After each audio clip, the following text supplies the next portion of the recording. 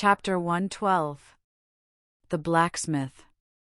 Availing himself of the mild, summer cool weather that now reigned in these latitudes, and in preparation for the peculiarly active pursuits shortly to be anticipated, Perth, the begrimed, blistered old blacksmith, had not removed his portable forge to the hold again, after concluding his contributory work for Ahab's leg, but still retained it on deck, fast lashed to ring-bolts by the foremast, being now almost incessantly invoked by the headsmen, and harpooneers, and bowsmen to do some little job for them, altering, or repairing, or new shaping their various weapons and boat furniture.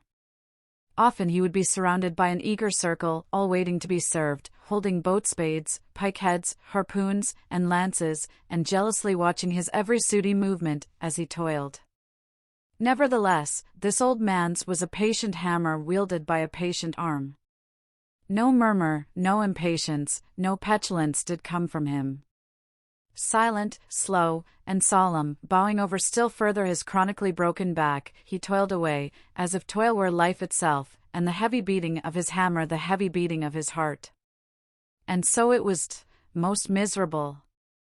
A peculiar walk in this old man, a certain slight but painful appearing yawing in his gait, had at an early period of the voyage excited the curiosity of the mariners.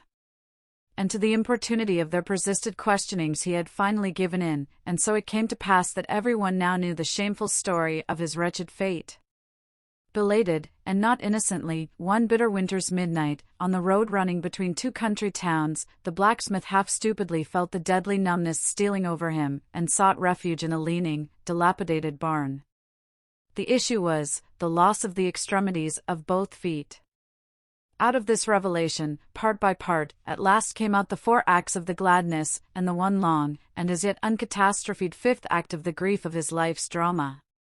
He was an old man, who, at the age of nearly 60, had postponedly encountered that thing in sorrow's technicals called ruin.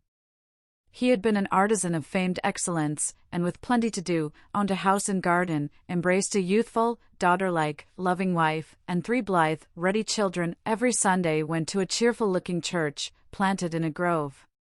But one night, under cover of darkness, and further concealed in a most cunning disguisement, a desperate burglar slid into his happy home, and robbed them all of everything. And darker yet to tell, the blacksmith himself did ignorantly conduct this burglar into his family's heart. It was the bottle conjurer. Upon the opening of that fatal cork, forth flew the fiend, and shriveled up his home.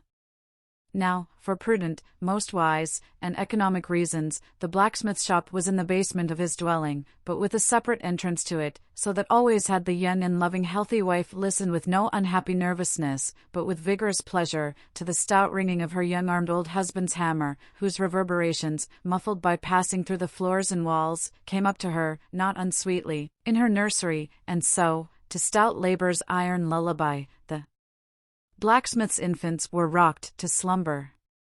Oh, woe on woe!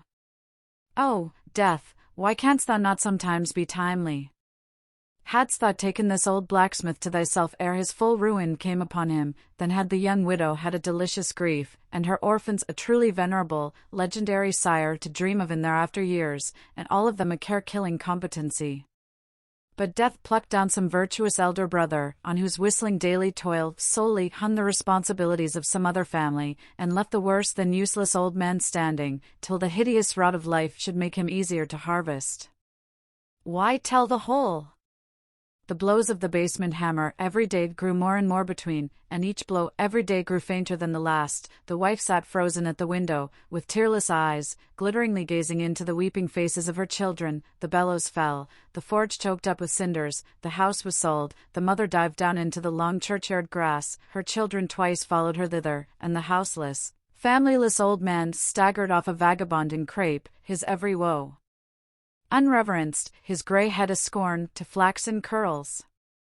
Death seems the only desirable sequel for a career like this, but death is only a launching into the region of the strange untried. It is but the first salutation to the possibilities of the immense remote, the wild, the watery, the unshored. Therefore, to the death-longing eyes of such men, who still have left in them some interior compunctions against suicide, Does the all-contributed and all-receptive ocean alluringly spread forth his whole plain of unimaginable, taking terrors, and wonderful new life adventures, and from the hearts of infinite Pacifics, the thousand mermaids sing to them, "Come hither, broken-hearted, here is another life, without the guilt of intermediate death, here are wonders supernatural, without dying for them.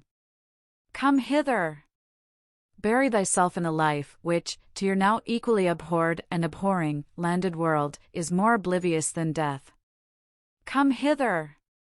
Put up thy gravestone, too, within the churchyard, and come hither, till we marry thee."